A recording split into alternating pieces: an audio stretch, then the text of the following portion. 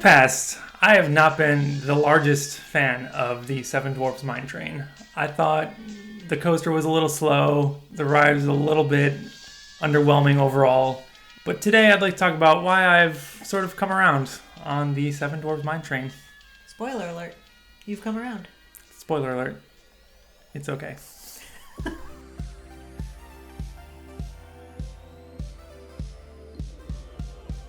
One thing I hear a lot of people complain about with the Seven Dwarfs Mine Train is the wait. And I don't think you can really put that on Disney because whenever I'm riding it, they are moving those cars through the station really fast. Yeah, they do a really good job pushing people through. They're very efficient with it, and I think they're really doing the best they can. So, despite the long lines, I don't think you can really pin any of that on Disney whatsoever. The queue itself, too, it's not like just a whole bunch of switchbacks. It's nice. It's in a nice wooded, shaded area. Part of it is indoors and a little interactive for the kids. Very themed. So, yeah, I mean, it's a nice queue as far as queues go. Yeah, there's even like the little cottage you can look out at. Yeah. Which is very nice. That's nice. So the other thing to think about with this ride is that its location in Fantasyland is sort of in the middle of Fantasyland. So they couldn't really build a show building and put it off to the side where it would be totally invisible like they do with stuff like the Haunted Mansion. Mm-hmm. So they had to like construct a show building in a way that would be visually appealing and not be gigantic and like overshadow the castle or anything like that.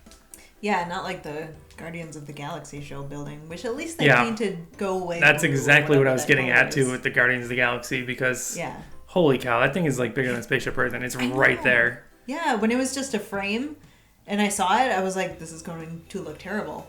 And it blends in okay now, but you can still see it. No, it still looks pretty terrible. But if they were to put just a square show building in the middle of Fantasyland, that would be awful. It would be a disaster. Yeah. So they did a good job working around that problem because the sightlines could have been terrible for that. You stay immersed in Fantasyland when you're walking around the Seven Dwarfs Mine Train. Yeah. If anything, it adds to like you can see the trains going by you. It's fun. It's fun. I love to stand there and just watch for a couple minutes and see people go by it. I think that's great. Disney also included a number of interesting details in the Seven Dwarfs Mine Train that I'd like to point out. The vultures from the original Seven Dwarfs ride are featured in the Mine Train ride. At the top of the first hill, you can see some vultures. Those were in the original Snow White ride. I didn't know that. Yeah. Snow White's Scary Adventures. The dancing scene at the end is also... Those animatronics are from the original Snow White ride.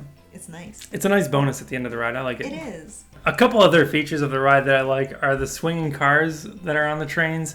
I think those just add a little bit of fun. Yeah. And you can swing them at the end of the ride when it's just still. Yeah. If you just shift your weight around. I remember when this ride was in development, I was watching some video somewhere, and they were showing the new technology of the swinging coaster, and I was wondering, like, when I ride this ride, how is that going to feel? I don't think you really feel it as you're on the ride, or at least you don't notice it unless you kind of know about it. But if you're stationary and you swing your own cart, that's cool. Swing.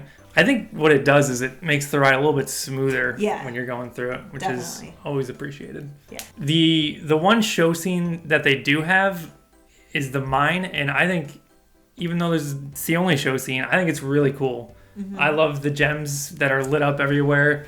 Every one of the Seven Dwarfs is in there singing their song, and the shadows as you go up the hill of them marching along is really cool. And there's just something to look at everywhere in that scene. It's awesome. Yeah. Agreed. I agree with that. I agree with that. So one of the really cool things about Seven Dwarfs Mine Train are the views that you get around Magic Kingdom. Even though the hills aren't very tall, you don't get those grand views like you do on Big Thunder Mountain or Splash Mountain. Mm-hmm. It's just enough to where you can actually see all three of the Magic Kingdom castles. You can see Cinderella Castle, Prince Eric's Castle, and the Beast Castle. And that's pretty cool. Yeah, I like the views there. Yeah, it's nice. I've always liked the ride. It's never been one of my favorites. I've never disliked it. There's little things that I dislike, like the seats. I feel like I don't really fit in those seats. I don't know. Not a problem I have. Well. It's immersively themed. Mm-hmm. Lots to look at. I like it. I like it. I'm glad you came around. I would not recommend it at 180-minute wait time, though. Oh, no. Yeah.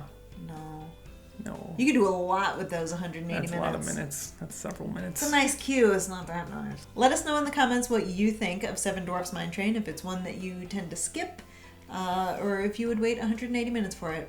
I really hope not. Thanks so much, guys. We'll see you real soon. Bye-bye.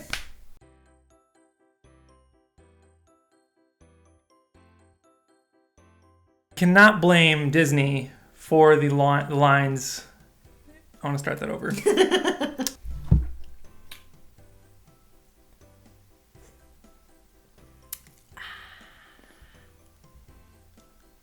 It's pretty. It's a pretty ride. It's like just going through the woods in a little mountain in a mine.